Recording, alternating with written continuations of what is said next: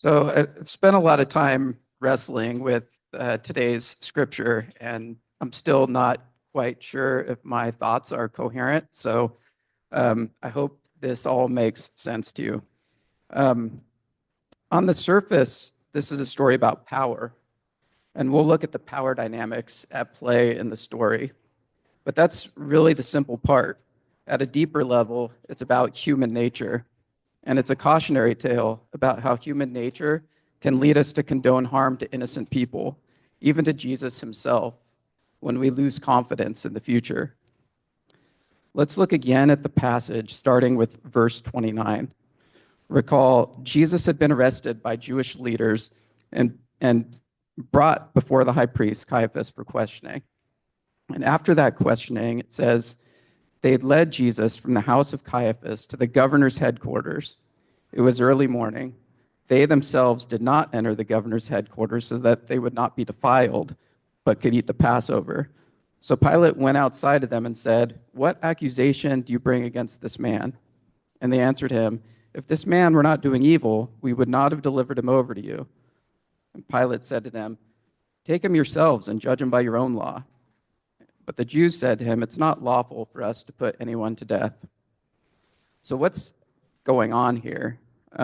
The power dynamics, I think, are pretty recognizable to us.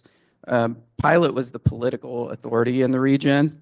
He represented the empire, Rome. And his chief priority as the Rome-appointed governor was to maintain order, keep the conquered people of the region in line, and paying taxes.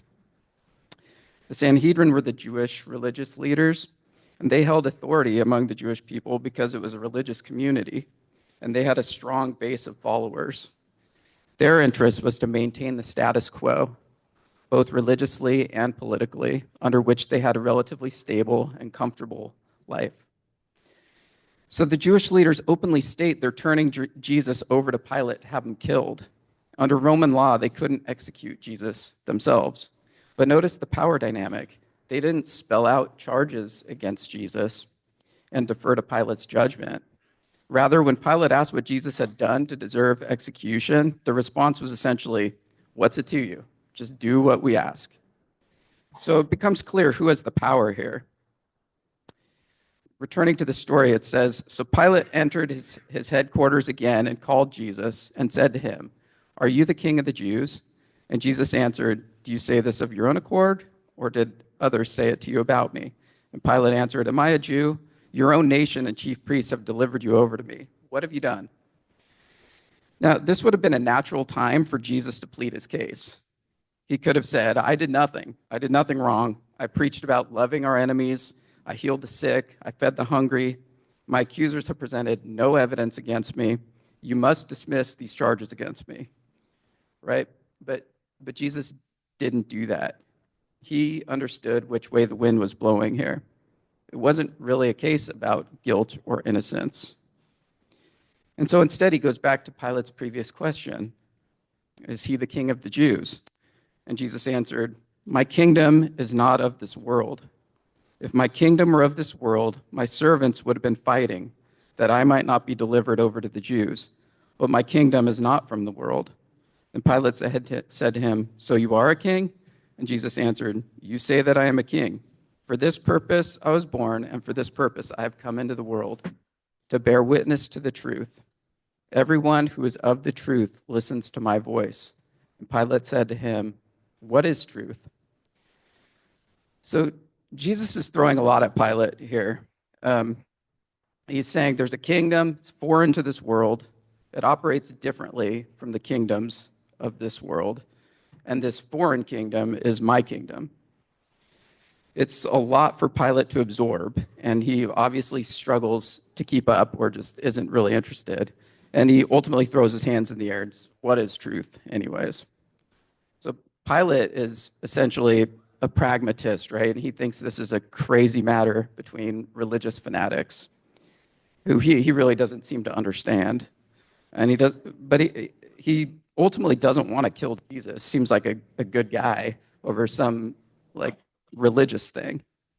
So after he said that, he went back outside to the Jews and told them, "I find no guilt in him, But you have a custom that I should release one man for you at the Passover.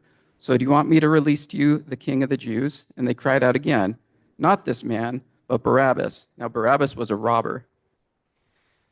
So instead of releasing Jesus after finding that he had done nothing wrong, Pilate tries to essentially bypass the religious leaders who handed Jesus over by presenting Jesus to the crowd and offering to use the Passover get out of jail free card on Jesus. Pilate hoped that the crowd's opinion about Jesus was higher than the Sanhedrin's. Unfortunately, that wasn't the case. Apparently, the crowd had already watched the viral TikTok videos about how Jesus' views were going to take root and destroy everything. So Pilate believed he had no choice but to execute Jesus. His power was contingent on keeping order, which meant keeping the Pharisees content. And this is a familiar pattern to us. We see it all the time in our own political system. Politicians who make decisions not based on a moral principle, but on what their powerful constituents want, even if it's morally wrong. So the religious leaders use their influence and their political power to have an innocent person killed. The fundamental question here is why? What leads people to execute someone who has only done good deeds?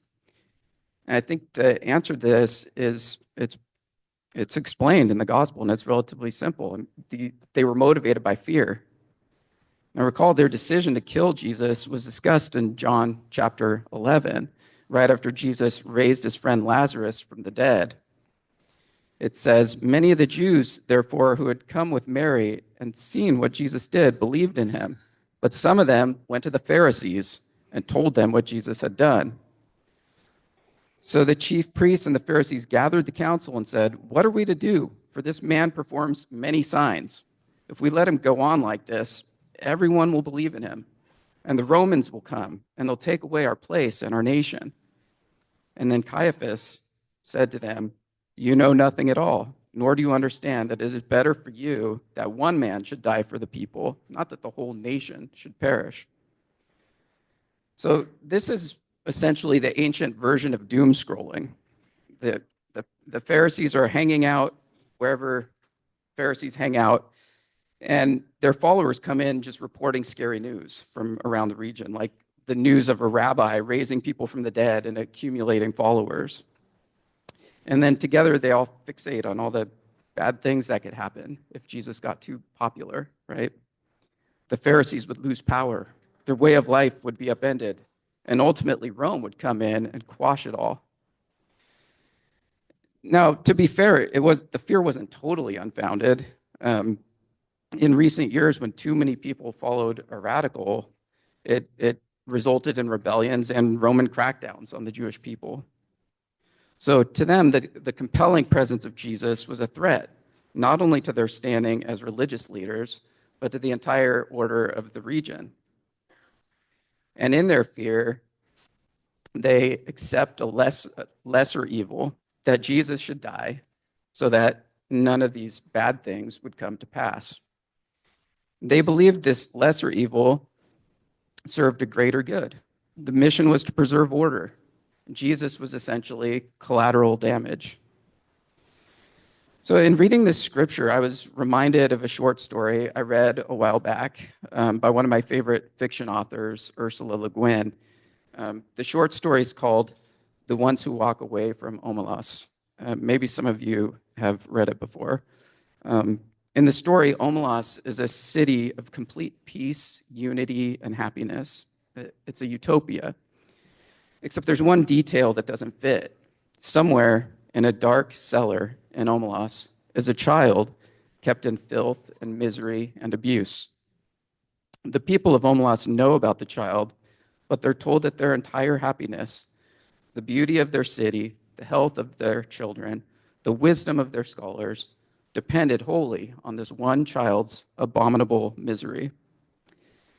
Many people visit the child and they leave feeling disgusted. They may be troubled by it for years, but they do nothing to stop it. And eventually they make peace with it. And they accept that they can't destroy the happiness of thousands for the potential betterment of one child's conditions. And so they put it in the back of their minds and they move on. In essence, like the Pharisees in John 18, the people of Omaha subscribed to the wisdom of the lesser evil, or some might call it the ends justifying the means. The Omaha story challenges us because we recognize that we as Americans are beneficiaries of past and present violence and subjugation, slave labor, child labor, war, pillaging of economic resources here and abroad, and it's a hard fact to face. We see political movements trying to erase reminders of these facts from our view. And we're often told that this past and present violence and subjugation resulted in a better world, that while sad, it was ultimately for the greater good. Now, both of these stories urge us to reject this narrative. The fictional story of Omelas tells us to question the premise. Was there any truth to the notion that Omelas was better off because of this random child's suffering? The whole concept seems illogical, yet the people were simply too afraid to take a chance. What about the Pharisees' message that if they didn't kill Jesus, the entire Jewish community would ultimately suffer? In hindsight, killing Jesus didn't stop his movement, and Jerusalem and the temple were destroyed by Rome not long after this for reasons that had nothing to do with Jesus. In both cases, the people accepting the lesser evil of harm to an innocent person had allowed a doom mentality to take over. They lacked a positive vision for how they could both do the right thing and still have a bright collective future. Their imagination, hope, and optimism had failed them. Now, lest we be too harsh on the religious leaders who killed Jesus, there wasn't anything particularly unique about the way they responded to a perceived threat to their way of life. It's a pattern you see throughout history and continuing today. And so the questions I want to raise today are these. How much doom scrolling are you doing these days? How has it affected your feelings about the future? What people or ideas or technological developments threaten the future as you see it? And what are you tempted to do about it? There's one person in this story's motivations and actions I haven't talked about yet, and that's Jesus. Now, Jesus wasn't a doom scroller. If he were alive today, I don't think he would be watching TikTok videos or liking Facebook posts about how scary everything is. Even when he was alone and facing execution, when his disciples were scattered and disowning him, and in human terms, his life and movement was all but lost, Jesus remained confident. He didn't let his followers resort to violence. He didn't beg for his life or even make a legal case to Pilate. How was he able to do that? And I think his own answers to Pilate clue us in. His kingdom isn't of this world. He had a broader perspective and a stubborn belief that come what may, the future is going to be good. Jesus understood his kingdom was both now and not yet. It was already here, but not yet in its fullness. I think as Mennonites, we can have a hard time placing emphasis on the not yet aspect of Jesus' kingdom. As ambassadors of Jesus' kingdom now, we don't want to undermine the call to confront present-day suffering and injustice. We've seen too many Christians using the future kingdom to downplay current injustice and suffering with things like it's a fallen world, pain is temporary, etc. But I think the example of Jesus is one that represents the fullness of the kingdom, both the now and the not yet. The present kingdom, with its upside-down ways, calls us to reject the greater evil, lesser evil, math of the world, and to insist on no evil. The not yet aspect of the kingdom, if we can continue to hope in it, frees us from the fear and doom mentality that tempts us into that math in the first place. When Jesus faced his execution, he could tell Peter to put down his sword and let him get arrested. And he could do so with hope because he knew that wasn't the end. There are evil things happening in the world today, and many of those things are being sold as promoting the greater good. Families torn apart, cities bombed, civilians being killed, and sometimes it feels dark, and we rightfully grieve with those who grieve. But the scripture today warns us not to be like the Pharisees, who, consumed with anxiety and fear, and as Jesus says, knowing not what they were doing, killed Jesus himself. Instead, Jesus shows us that we can bear witness against evil, reject lesser evils, and still remain hopeful. We can recognize the atrocities of the present while stubbornly insisting that the future will be better. The hope of Jesus is a bright future, not just in the afterlife, but here on earth, as his kingdom continues to come. I believe humanity needs an optimistic vision, now more than ever. At the end of the Omelas story, Le Guin tells of the few who, upon seeing the misery of the child in the basement, don't return home, but instead they start walking. And they keep walking in whatever direction they're headed, straight out of Omelas.